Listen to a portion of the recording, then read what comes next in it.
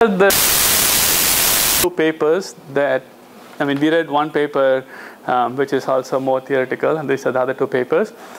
And of these, this paper is, I thought, is super hard to read, especially if I see too much Greek, I kind of zone out, and this paper was very hard to keep up with what's going on.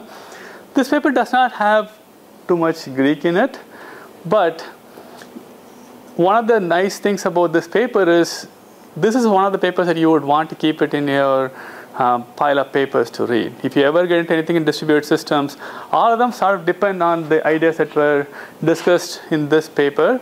And it's one of those papers where if you start to do some distributed system work and you're not quite sure of what you're getting, then a lot of the ideas were there in this paper. This paper won a most influential paper. I think it's one of the most influential paper in distributed systems ever. Even though Lamport vehemently, even when he got the I forget the latest award, like last year's OSP, disagrees that this paper has anything to do with clocks, and he was talking about synchronization, right? But no one else believes that he is talking about synchronization, because people think synchronization is fine, but that's not the main part. The main part is the notion of logical clock and stuff, right? Ignoring the fact that he's the one who wrote the paper, so he may know something about what he wrote, right? And he actually, if you go to his website, he says, I actually went and reread it to make sure that I'm saying what I wanted to say, but people disagree, right?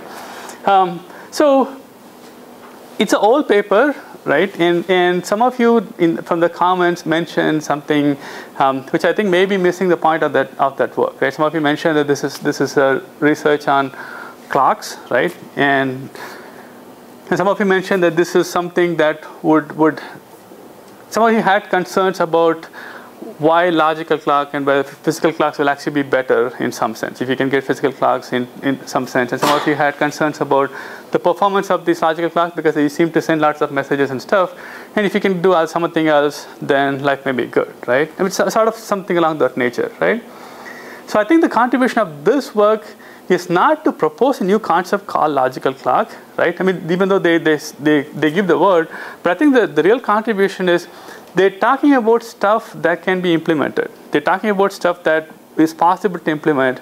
And if you think about what is possible to implement, you get into the notion of this happens before. Happens before is not something that they invented. I think happens before comes from relativity theory and time space kind of issues, right? So this is nothing that they can do. There's nothing that they've introduced as a new concept to building distributed systems. They're just saying that if you're building distributed systems, this is all you can expect, this is all you can hope. You can't possibly do something else that you want. You can't do something else that you expect intuitively to happen, right?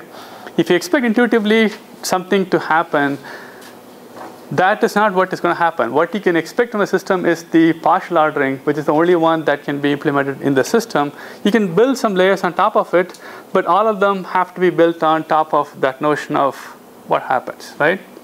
So in order to make it more clearer, let's look at how NFS works, right? How NFS cache coherency works, right? Remember NFS cache coherency, right? So how does it work?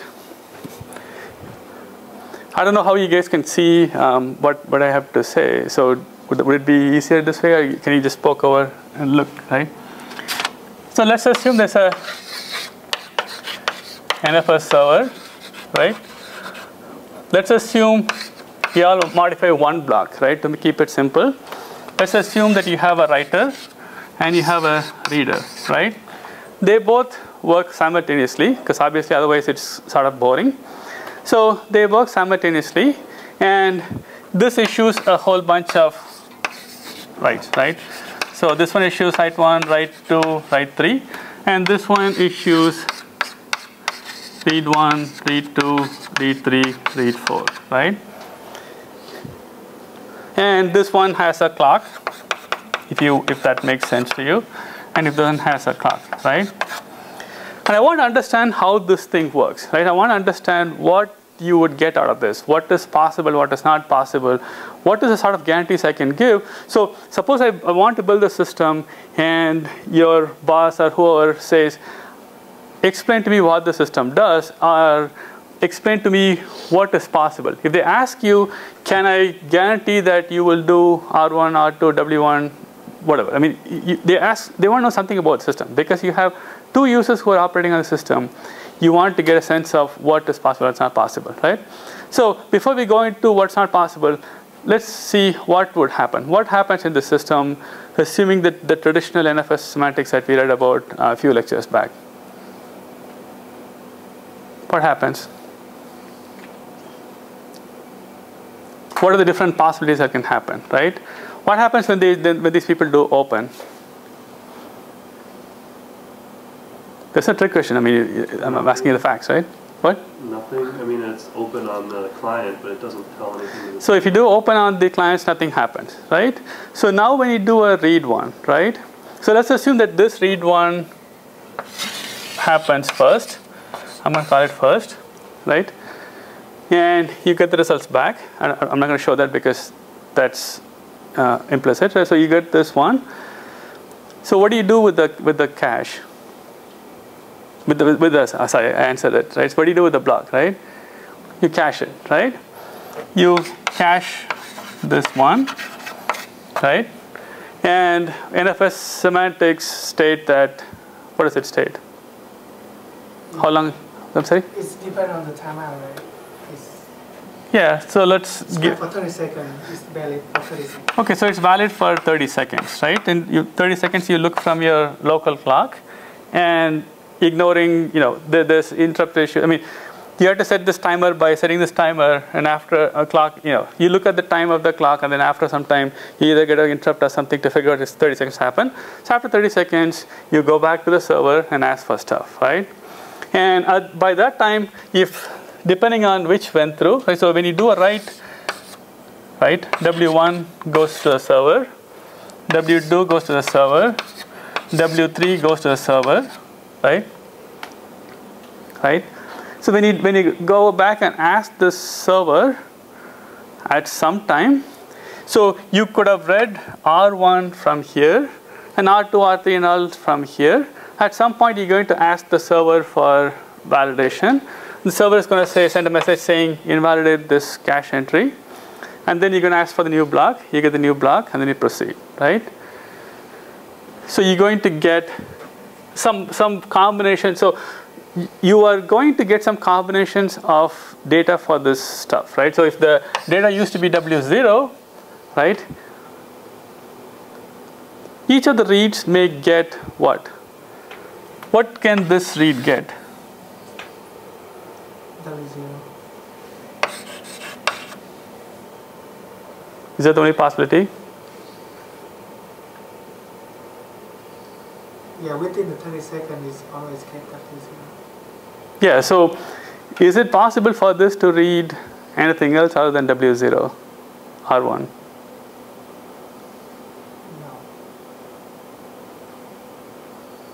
Well, it could read R1 if it hasn't checked to see if it's invalid yet. Oh, no, I'm saying first read, there's nothing here, right? So you have to get something from the server, right? So you can only get whatever is written. So W0 was the initial content, and then these ones are writing 1, 2, 3, right? So you can read 0, right? Is it possible to read W1?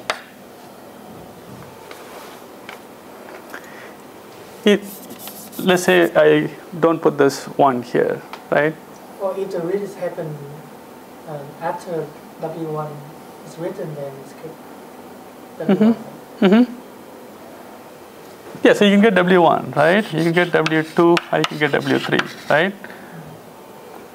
Right? So what does this depend on, right? It depends on, you are making a request, right? You have to go to the server, right? And this one has some delay, right? Right? And this writer is writing all this stuff. This is some delay here, right? So depending on the delay that you get on how these things go, right? The ordering that this server may see may give you back any of the stuff, right? You as a client can control how you send this stuff, right? Let's assume that you have absolute control over what exact time you can send something based on your local clock or what have you, right? But in this system, there is no way for you to control what the delay is. And there's no way for you to control what order it's reached here, right? It seems intuitive because that's what you kind of said. You said it depends on when these things come up here, right? You said it depends on when these things came here is what you get over here, right? And that's the notion of a whole logical clock and all this thing that paper is talking about, right? The notion that you may have a clock here, right? This clock cannot be synchronized between these two stuff because of the general theory of relativity, right? So you can't look at this clock and figure out what the time is because I don't, how many of you know theory of relativity? I don't really know all that well, right? But the idea here is you have to have somebody to observe what the time is, right? So this time can be exact, this time can be accurate. It all depends on how somebody can monitor these two clocks and figure out what the time is, right? So think of it as you have a clock watch, I have a watch. We both look at it and we want to make sure that they are synchronized, right? But you as a human being have to be somewhere to watch these two, right? So you have to figure out what's the time for this delay to figure out which one is off, right? If you can simultaneously monitor the clock, the time that you get it here depends on this distance, right? Because there's the speed of light and all those things. So it takes you some time to go here, right? So if this one happens to be, this is like, million miles, and this is 1 mile, right? Then from your perspective, they'll both look synchronized because the time that reaches you is the same, whereas in real life they're not, right? So that goes with theory of relativity and all those things. So you can't really synchronize these two clocks unless you have somebody else to verify. So you have to figure out what this delay is, right? And this delay has to be calculated using absolute clock, not this clock, right? You cannot say, this clock cannot say the delay I noticed for this is 1 second, and if this clock says the delay is 2 seconds, they're on different clocks, right? So to synchronize these two clocks, it's not possible. You can derive some bounds that they're talking about in terms of sending enough messages to make sure that the differences that is noticeable is small, right? Based on how much delay you get. NTP protocol is designed something like that. But theoretically, you cannot make these two clocks synchronized, right? Absolutely, because of the theory of relativity, right? So when you issue these commands from here, right? You don't have control over when exactly you could send it. You have some control over looking at your local clock and say I can send it at 1 second interval or whatever, but you have no control over when they come up over on the server, and the server, depending on when the requests come in, will give you some of this stuff, right? So rather than saying it in a bizarre quantum, they call this happens before, right?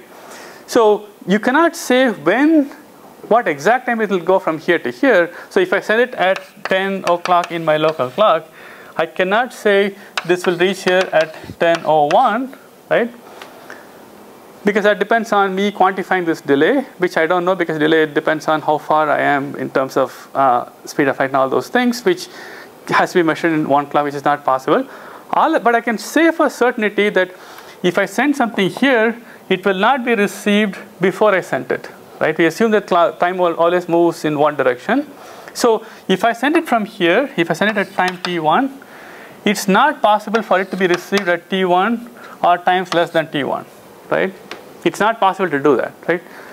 So all I can say in this system is if I send something, it will be received at some time afterwards. We don't know how late it is. We don't know how much it is. But for the analysis of the system, it doesn't matter how much it is, because if I can say how much it is, then I can say specifically which ones happen. But all I need from the system is whether it will happen afterwards or before, right? If I know it happens afterwards, I can also say that if I'm issuing requests at R1, R2, R3, R4, then necessarily R2 has to happen after R1, right? Because in the process, if I'm sending requests one after the other, my first request is necessarily by definition before my second request, then my third request and my fourth request, right? So I can say my requests here are in the order R1, R2, R3, R4. This is the request order that I'm going to make a request.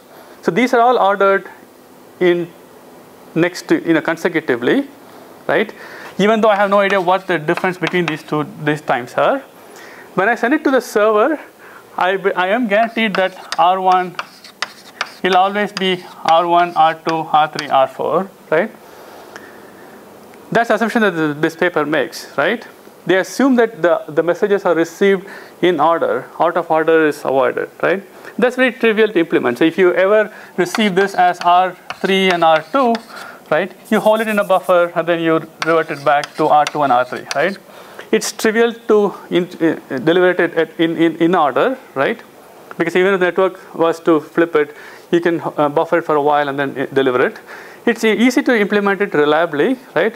So if R2 was lost, you can make a request again to the client to say, send me the request again, whatever, right? So you assume that from this client to this server, you receive those requests that were made R1, R2, R3, R4 in the same order, R1, R2, R3, R4. No messages are dropped and no out of order delivery. You assume that the same thing over here. You assume that W1, W2, W3 is delivered, right, in the same order. The challenge now is to figure out what is the relationship between these two, right? And what can we say about those? What can we say about those two? Because those are causal. They're causally related, right? They potentially to be causally related. Meaning, if instead of this model, if it's the case that you made a request and based on that, so if instead of R1, R2 like this, you did R1, W1, R2, W2, right? Here you're reading a request, right?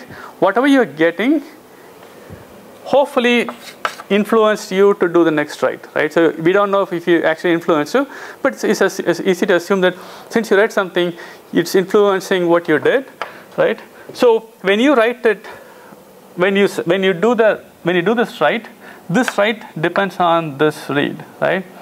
And this read depends on this write because you just wrote something here, right? So these cause a causal ordering. So I want to understand what happens when these two clients come up here. What is the possibilities the system can do, right?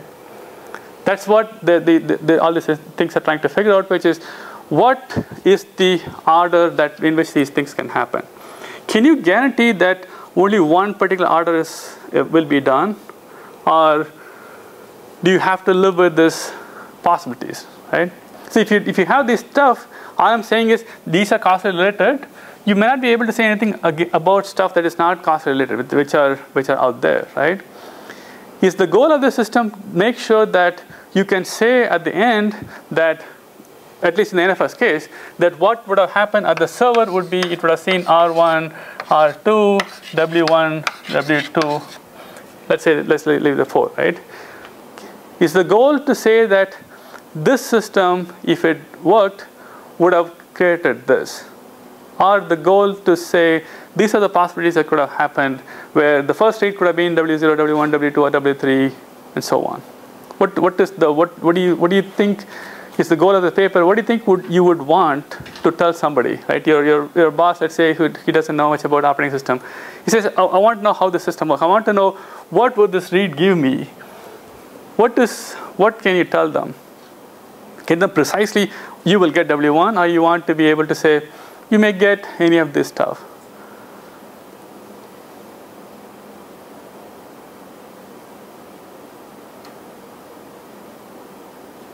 Wants to.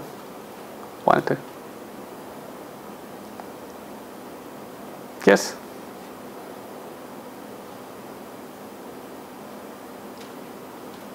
I'm going to have a point. You'd like to say precisely what would happen, but all you can really say from the paper is, depending on what the server receives, that's the ordering you can guarantee, because the message may never reach the server. Yeah, so according to the paper, you can only say W0, W1, W2, W3, right?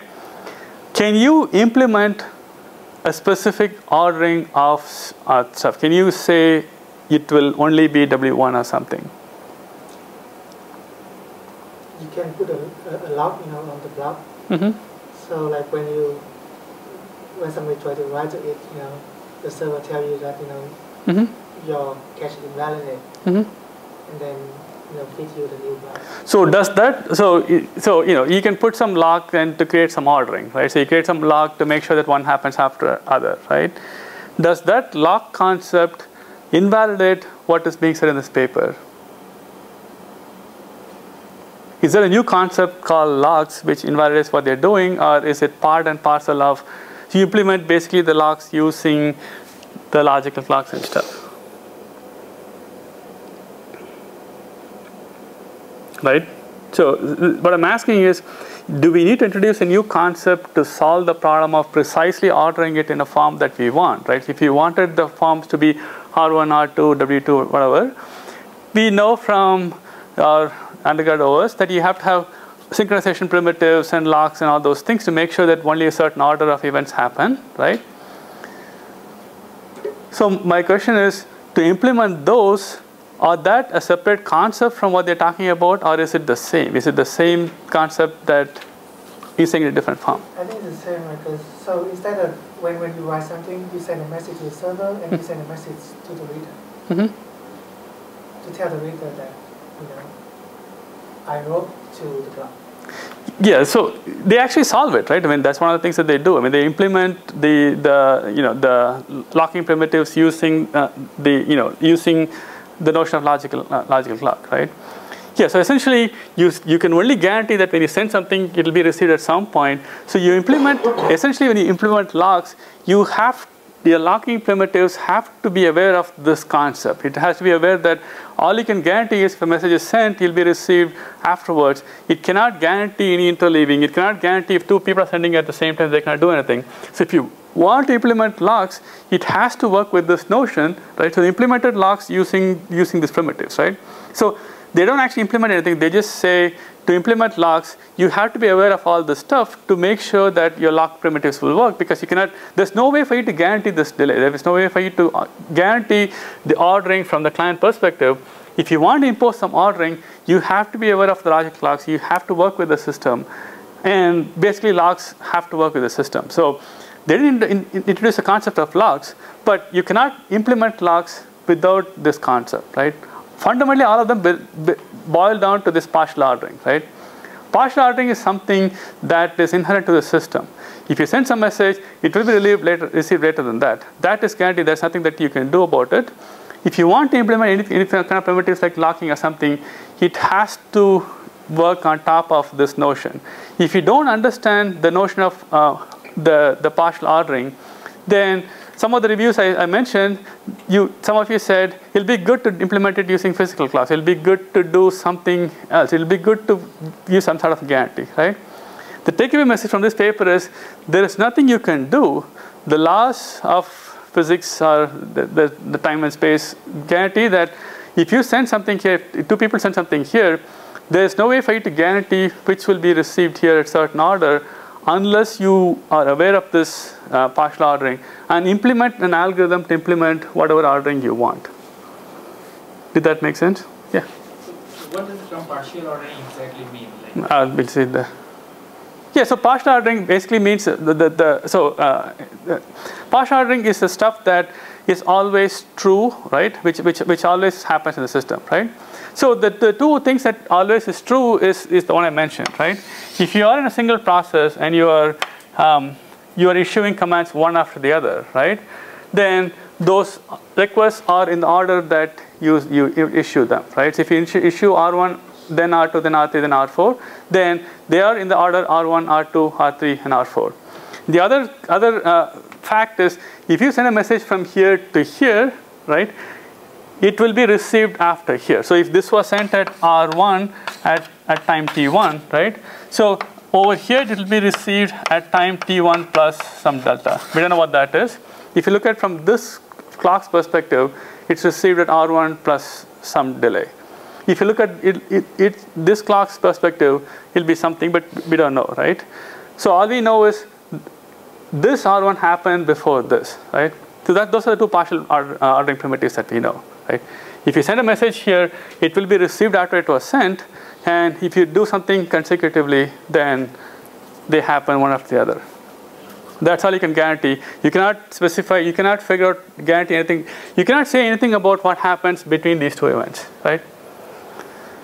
And one of the offshoots of this is there are some things where you cannot say anything, right? So if I say, and this relation is called follows, right?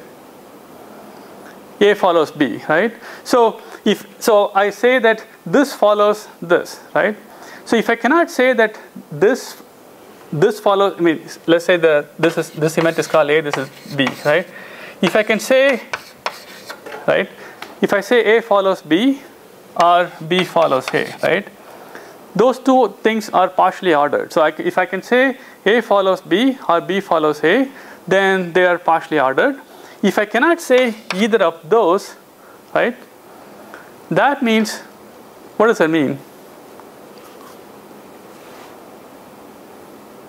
We cannot say anything about the. Yeah, they're called concurrent, right? When you talk about concurrent in a English perspective, you assume concurrent is when the two things are happening both at the same time. But all you can say is, if I cannot say anything, then they both may be happening at the same time, right? So if you have, if A is this, right? If B is this, right? If one event happens here, one event happens here, right? And these are time in some sense, right? Let's just say time goes this way, right? Some event happened here. Sorry. Time goes this way, right? So you created some event here, which will be received later, right? Which means that this will follow this one, right? This happens first, then this happens. We know that this happens first and then this happens, right? Because a message was sent, it was received here. So we have an ordering for this, right? There is no way for this message to change where this follows this, right? Because the message was sent from this is one node, this is two node. This node sends a message over here, right? So we can guarantee that if a message was sent from me to you, you will receive it after I sent it, right? So this will receive it after I sent it. This is message after sent afterwards. But anything in the middle here, I have no idea anything about it because there's no communication, right? So if there are two events, one happened here and one happened here, right? When you look at it from a human perspective, it looks like this happened after this one, right? But from a distributed system perspective, it does not matter. What you cannot measure does not matter what happens, right? So all you can say is, you can say this happened after this, right? Because these are on the same machine, right? So we know that this and compared to this and this happened after this. We know that this happened after this, right? We know that this happened after this, right? Because on this machine, you will receive the event and then you know this, right? And you know that this happened after this, right? And you know this happened after this. You know this happened after this, right? But that does not help you answer what is the relationship between this and this. Is that clear? The relationship between this and this is, we don't know, right? We know that this happened before this, and we know that this happened before this, and have after this and after this, but we don't know anything about this in the middle, right? So there is no way for you to figure out what they are, and they are by definition concurrent, right? They are concurrent because they happen at the same time, which in English terms that sounds wrong because they're not happening at the same time, because they're happening clearly at different times, but they are happening at the same time because there's no way for you to disambiguate and then say what the system is, right? So when you're building distributed systems, you have to figure out, the system will work regardless, right? The system will do whatever you want it to do. But if you want to understand what's going on and be able to put primitives or whatever, you have to understand this stuff, because there's nothing you can say about these two events, right? These two are concurrent, they're concurrent. So if you're building a file system, if you're building any application, and you have two events so there could be lots of events here, right? You may be creating lots of events here, and there's only one of these.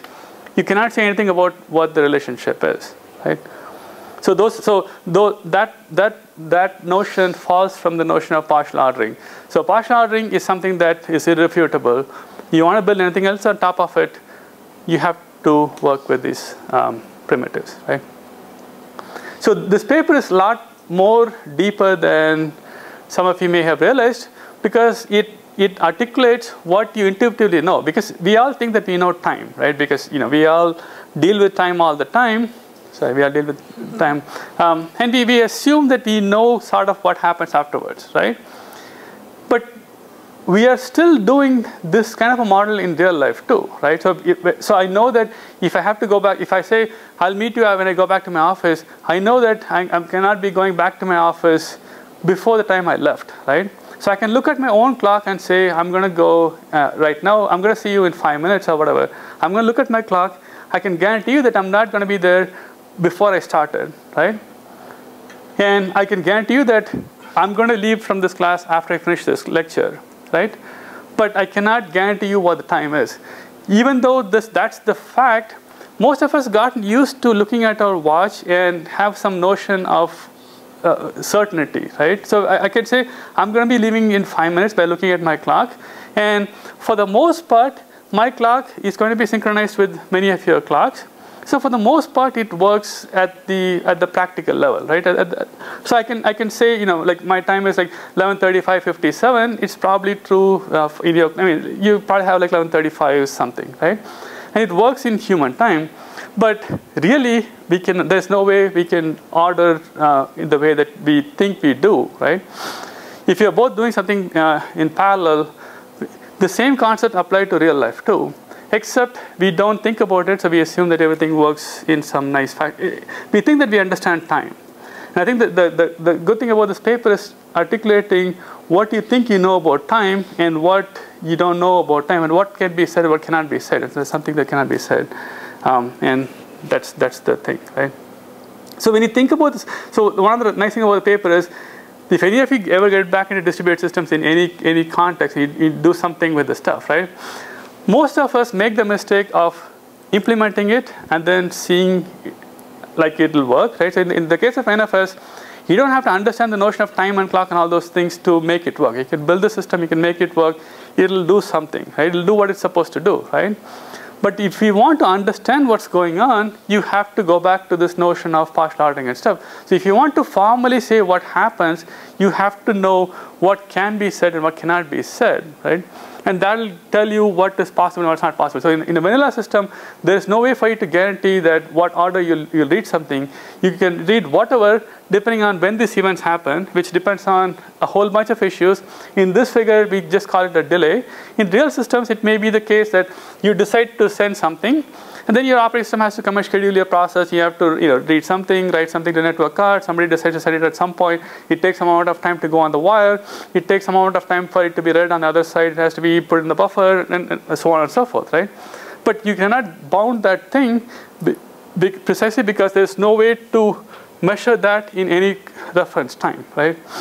You cannot give a bound to that on your clock because it's going to go to the other machine. When you're dealing with two clocks, you cannot guarantee what time it's going to receive. So there's no way you can do this. Okay, there's no way you can implement what you think you understand about time, right? Does it make sense? So this will help you understand all the systems. So that's one of the reasons why I say you may read this paper now, think you understand, and later on when you build a distributed system, you go back and read the paper. Then you try to realize what you just did for a distributed system, what you did for, let's say, NFS, what you did for AFS, what you did for, how many of you wrote distributed systems in life, like some sort of distributed system, anything which involves more than one compute element, so which includes parallel programs and what have you, right? How many of you done something like that? Only 3 of you, right?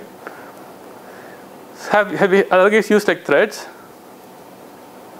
So threads also come under the same thing, right? Because you have 2 entities. So it does not matter where these things are. It does not matter whether this thing is halfway across the planet or right next to you on the same chip, right? If you ever written a thread program, if you want to truly understand what your program is doing, you have to have a notion of what these things happen, right? Because you have a notion of concurrency, right? So threads are essentially about concurrency, right? And when you take undergrad OS class, they talk about threads and say it's for concurrent programming, right? And your notion of concurrence is when they both happen at the same time, right? That's the definition that you tend to use. And what you really are saying is, if I can't say whether one happened before the other, then they are concurrent. And that's essentially what you do for threads. When you're using threads, you put some primitives here to enforce locking or whatever, right? You have no way of knowing what happens before the lock because they both run at whatever the speed. They're both concurrent, and that's that, right? So when you do those things and you want to truly understand what's going on, and you read this paper says stuff that you never thought you actually read when you were reading it first, right? So this is one of the, it's like 8 pages, right? As papers go, these are very small. There's no implementation whatsoever because I don't know what you can implement, right? Because it's not about implementation. This is about the concept of time that you thought you understood. That's one of the reasons why Leslie Lamport vehemently disagrees that this has anything to do with logical clocks, because when you think about it, there is no other concept. So a logical clock basically says that I can just give some number. I don't have to give any quantity for that. I can just call this 1, the next one million, and next one billion or whatever, right? All I have to make sure is this number should be smaller than this number, then smaller than the next number. So all I really care about is the ordering, not the specific value, right? So it makes no difference to me where this number time was in 1, 2, 3, 4, or 1, 13, 27, or 52, right? Because it doesn't really matter. Even if I use a real clock, it doesn't really matter what the numbers are. All partial ordering gives me is one happens before the other. And if you want to use that by giving a bigger number, and each of them are saying the same thing. Right? So logical clock basically says, don't bother with using time. All you have to make sure is the logical ordering that the partial ordering defines is maintained, right? So essentially, when you think about this, when you think about what really happens here, right? And I think you explained it in words. Right? You said this happens before the other one, right? Like it depends on when this update happens here, right? So when you look at that way, this should be obvious because this is what we've been doing all our life. So Leslie Lamport's point is, I didn't say anything different because this is what you should have known. You've been using it all your life because most of us know something about time since we were toddlers, right? But apparently it's not such an obvious concept because people, you do certain things, when people write distributed systems, they forget these concepts, and you see even now people build systems where they cannot guarantee what they think they're guaranteeing, right? So you see people say something like, I'm going to send here once every second or so, right? So you see people who say, I'm going to send this request every second, right? What does it mean, right? I don't have to talk about anything else. I don't have to say what it means for the system, right? But if you use the word, I'm going to send it every second, that's practically irrelevant, right? Because whether you send it 1 second or not, we cannot guarantee what happens here. So what comes here, it's guaranteed to not come every second, right? Even if it comes here every second, you cannot guarantee when this request will come, right? So if you guarantee that this sent every second, this sent every second, you cannot, even if you can guarantee that this second is carried over here, you still cannot guarantee the interleaving of those two things, right? Because they're uncoordinated events, right? So you cannot say anything about the ordering unless you take effort to make sure that these things are delivered at the right point. And for those algorithms, it does not matter whether you send it at 1 second or whatever. All it still matters is the order, but not the exact time, because time is irrelevant on this stuff, right? So when you see people talk about like timing and all those issues, you have to eat with a large pinch of salt because you just can't guarantee those. It all depends on the ordering, and that's all you can guarantee, right?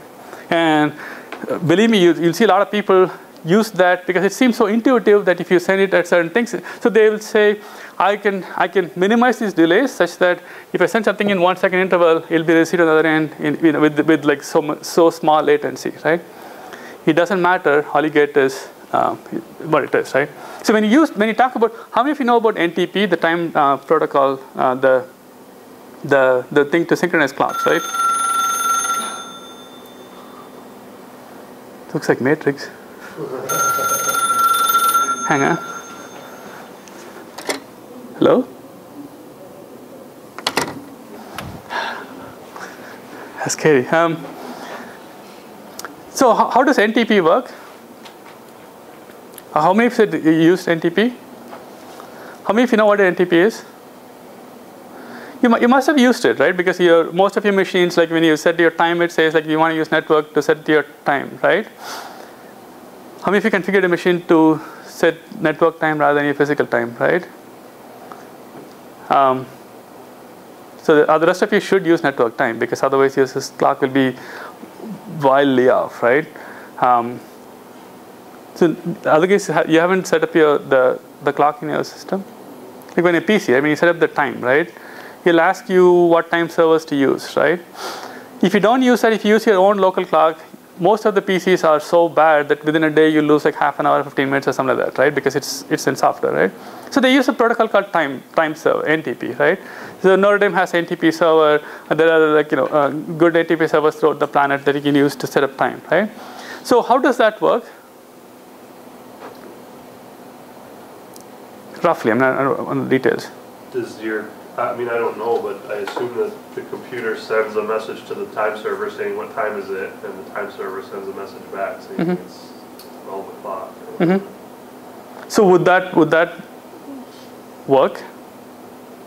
I mean, as long as the network latency isn't more than a couple seconds, it should be fine. Yeah, so then so if you use only one clock, right, then your latency, you don't know what the time is. So if you're sending something to the time server, getting the time back, if you're using only one time server, right, then your time could be off by a few seconds, right? Because depending on how slow the time the thing takes, right? So how do you solve it in the NTP protocol?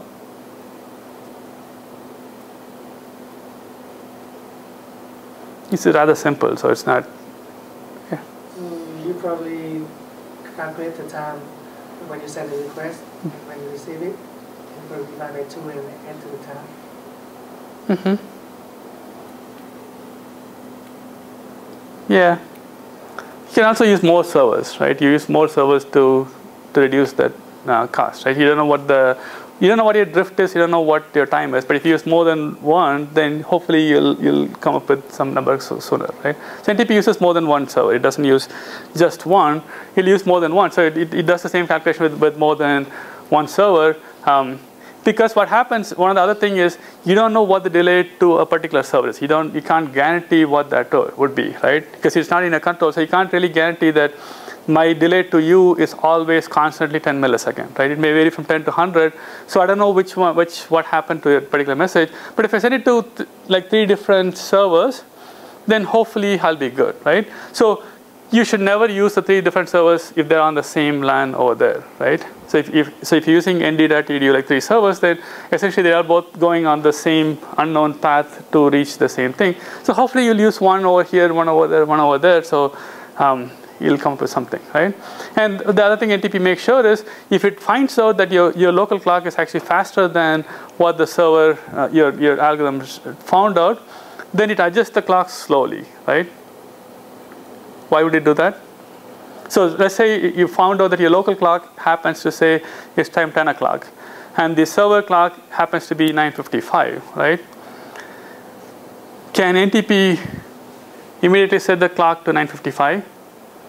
Yeah. Because you cannot go backward in time.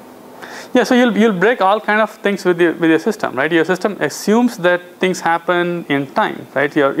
All your locking primitives and all those things depend on some ordering, right? If you're going to use a logical clock, you're fine. If you're using a physical clock, your physical clock still has to implement that policy. So there's no way, if you go back to 9:55, then the ordering of events in your system will all be messed up, right? So NTP protocol would slowly catch up. If you're off by that much, then essentially your clock will move slower than what it has to and eventually catch up, right? But for the most part, it doesn't really matter what the time is. The time is useful for you and I to look at the clock, to look at the watch and get a sense of where we are. But from the system perspective, all that matters is the order in which these things happen, right?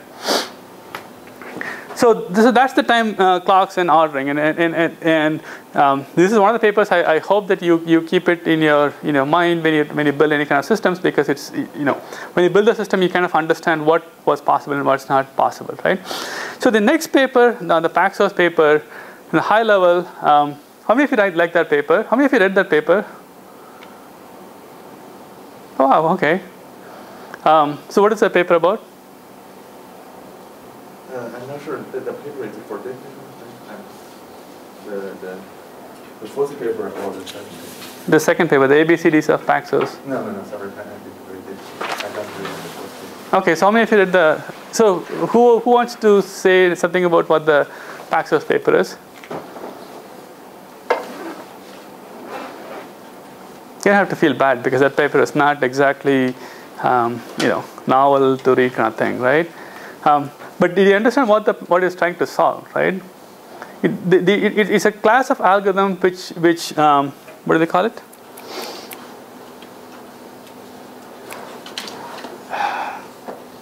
Consensus, right? It's a consensus algorithm, right? So what's a consensus?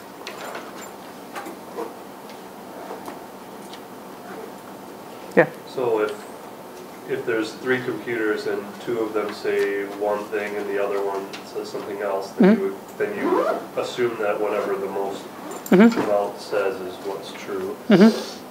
Yeah. So essentially, yeah, you figure out with the n number of stuff, you have to assume. So you assume that all of them are telling some value, right? And you assume that to a system fault, that value may be mutated to something else. So if all of us say true, right? If the absolute truth is, say, true, and all of us know some truth, right? And we all have to come up with a consensus on what our consensus is, right? So I may know the truth as true, so I'm saying true, and you say true, you say true, you say true, and all those things. And some of you may say false, either because you fail or because you're malicious. That's the Byzantine general problem. So you may be, if you're following the Byzantine fault, remember we had it earlier when we talked Fred Schneider's paper on Byzantine faults, right? So in Byzantine fault, some of you may be malicious, so you're trying to destroy the system, but you can't lie all the time because then I can point out that you're lying, so you probabilistically lie, right? So you don't always lie. So it may so happen that you're malicious and you say false. You may be malicious and say true. The problem is trying to figure out what is the consensus value, right? And if the consensus value says something, we all have to stick with that. But seemingly simple thing like that, I mean, you can imagine that happening in voting systems. You can imagine that happening in RAID arrays and all those things. It's not as trivial as you realize it is because of the complexities that were introduced in that paper, right? So when you build a distributed system, one of the things you want to do is replicate, right? You don't want to build it with a single copy. You want to build multiple copies because of availability concerns. If one of them goes down, you want something else to keep going. So replication is one thing which we use a lot. But when you use replica, you have to know what the real result is. So if I have 2 replicas, I need to know if I want the values, I need to get the right values, right? Because otherwise, there's no point. So if I replicate some value, if I replicate the value true on 2 different nodes, and if I ask both of them what's the value, and if I can get true or false depending on who I ask, right, then replication is completely out the door. So I need to know what I can trust, right? So replication systems depend on the consensus of what the result is, so I can read, and that's not that trivial. So if you ever build any distributed system which has replication, you better understand what the issues are, and you better understand how you deal with them. So you have to understand what your failure model is and how the different policies that talk about in that paper, right?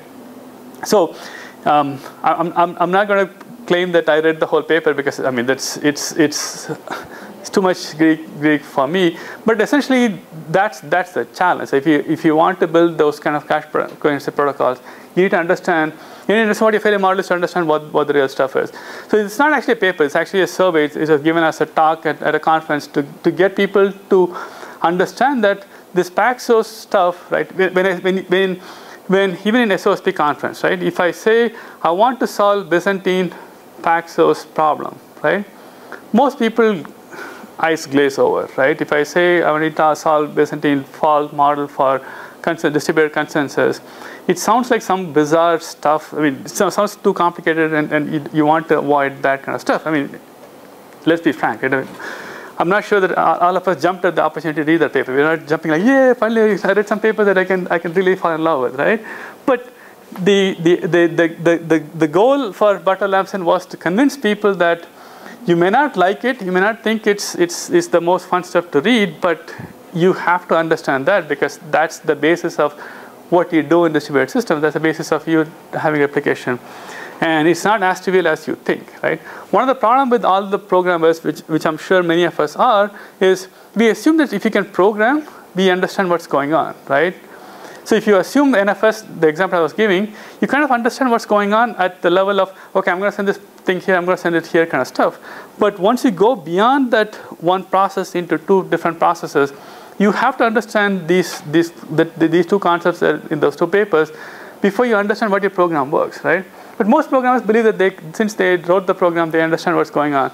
They don't have to look at the formalism.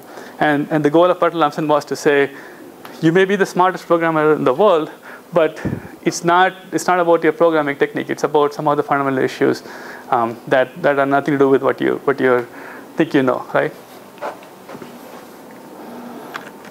How many of you love the paper? Love these two papers? How many of you would rank these two papers as the best paper you read in the class? The first one wasn't that bad. Okay. But the second one, yeah, after the first two pages, I just I don't blame you, because these papers, you don't realize it till you actually get into a point where all these things matter to you, right? So all I can say is keep that in your tool book of papers to have if you ever wrote anything in distributed systems, right? So go through some of the slides and reiterate some of those things, and really going beyond the class, right? I want you to understand NFS and all those things in that context, right? So when you build something using NFS, it's not just the notion of you have 30-second interval, 30-second cache, and you do something. It's also the global issue. When you have two of these things, you cannot guarantee what order things are happening, right? All NFS guarantees is whatever order it is received at the server is the order that it will implement, right? And the system is accurate so all it guarantees is at the server level, when you have W1, W2, W3, R1, R2, R3, R4, right? They will happen in such order that R2 will never happen before R1, right? That's all NFS guarantees. That's all the system can guarantee, right? It does not guarantee how this overlapping happens. So if I ask you something about if I change this 30 seconds to 40-second interval, right? Does that change anything about the system? If I change the 30 seconds interval to, like, say, a minute, right? What can you say about the performance of the system? In a colloquial sense, what can you say? And in a precise sense, what can you say? Yeah.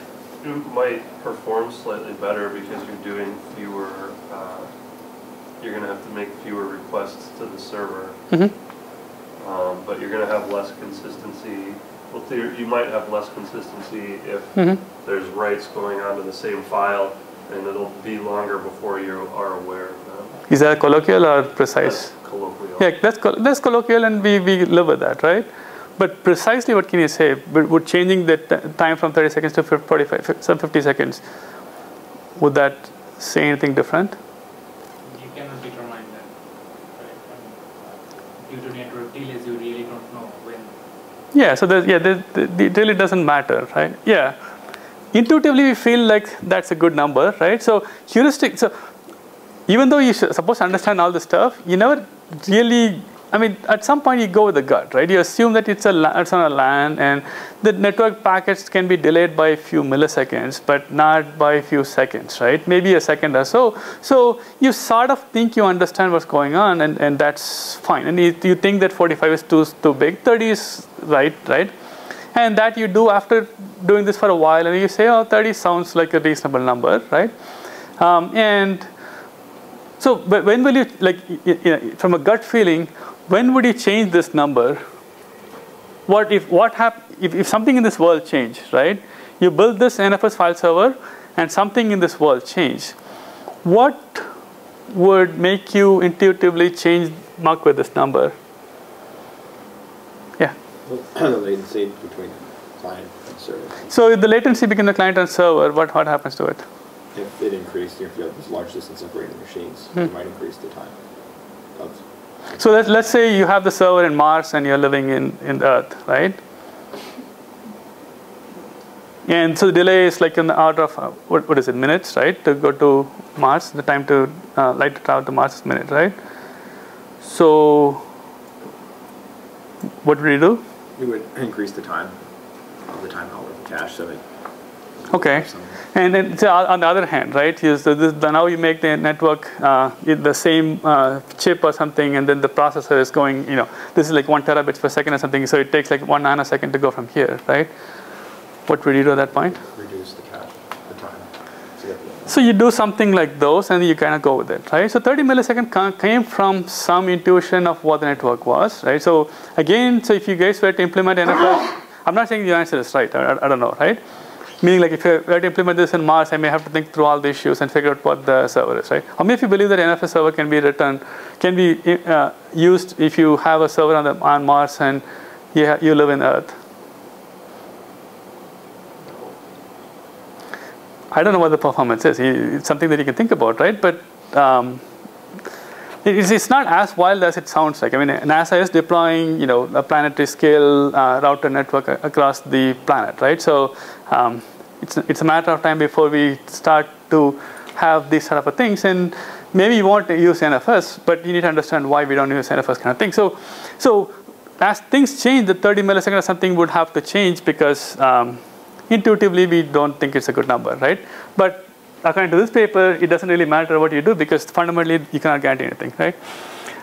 So the partial ordering is, so you have a number of processes, and you assume the processes have a sequence of events, right? So if there's no event, meaning if it doesn't talk to anybody else, if it doesn't cause anything else to anybody, that's not an event, right? So if event is basically if you write or read or something that can be seen by somebody else, right? If you do something internally which is not seen by anybody else, it doesn't matter. So events, the processes cause events. Some of the events are sent or communication events. Some of the events are not communication events, right? So if there's no communication, it's an event that happens on your stuff.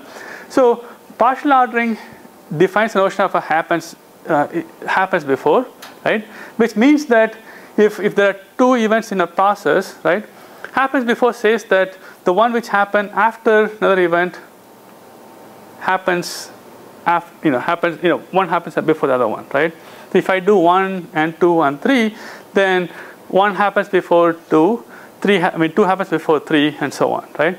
So that's intuitive. So all it doesn't say what the magnitude is. It just says one happens after the other relationship. And if A is sending some message to B, right, then we know that A has to have happened before B because there's no way that a message could be received before it was sent. So we know that, right? And we also have the transitive relationship. So if A happens before B and B happens before C, then A happens before C, right? And if you don't know, if you can't say anything specific, if you cannot say whether it happens before or what have you, then they are concurrent, right? Because by definition we cannot say anything, and we call that concurrent. Right. So so one of the examples of this is if you have bunch of processes, and let's say the time is going up, right?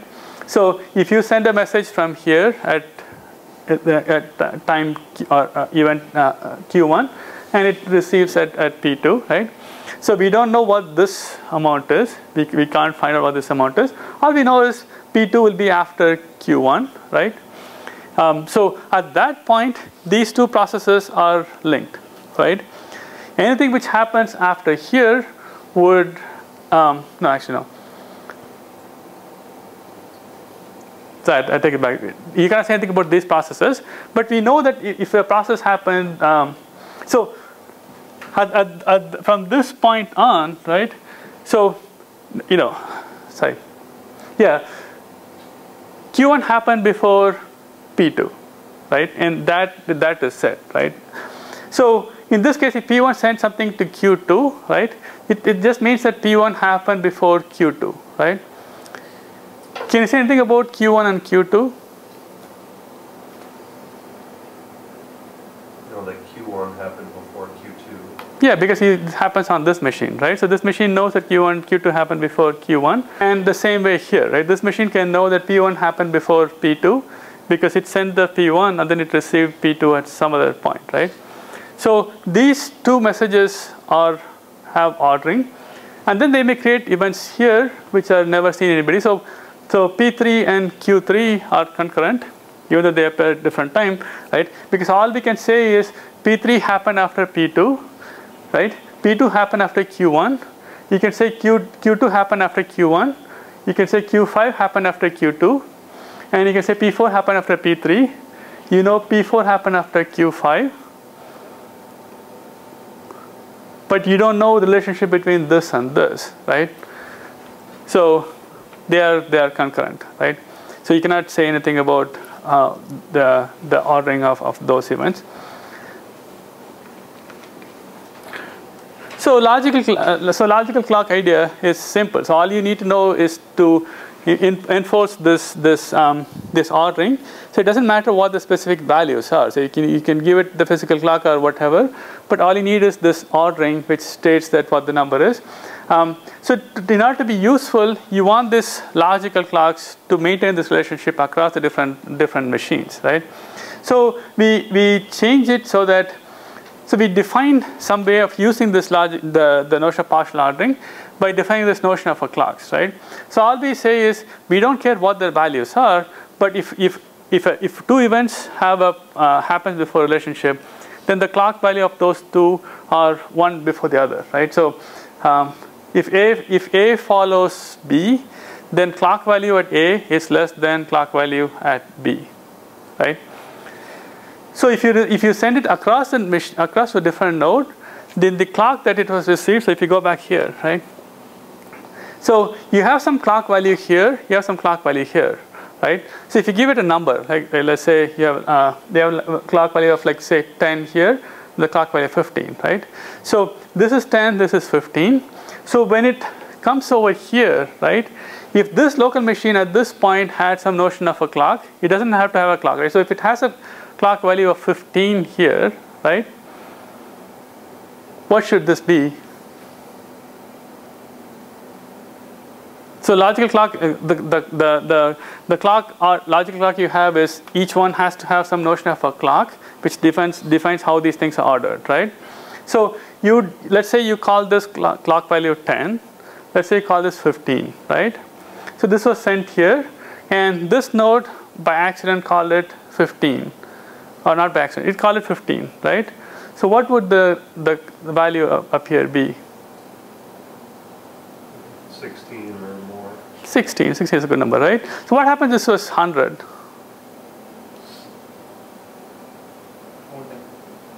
Yes, it's 101, right? So whatever happens here has to be after this, right? So this has to be more. So if this is 100, this will have to be 101, right? So that way you'll solve both. It came from 15, so the logical clock here would be 101, which is fine, right? Did that make sense? This message was sent at logical clock 15, right? This clock was at 100, right? There is no problem here because essentially when you come here, if I assign this value 101, we're all set, right? Because 101 means that this follows this, right? 101 also means that this follows this, so we're all set, right? So it's possible that this was 100 and this was 15 and this is 101, right? What happens if this was 1? Then you choose 16, it still follows the stuff, right? So when you use the logical clock, it does not, you don't have to look across and say, this happens to be 100 and this happens to be 15, but they both appear to be at the same line, right? We don't really care about where they appear. So this could be 1,000,000. This means that this will become 1,000,001. So if you use logic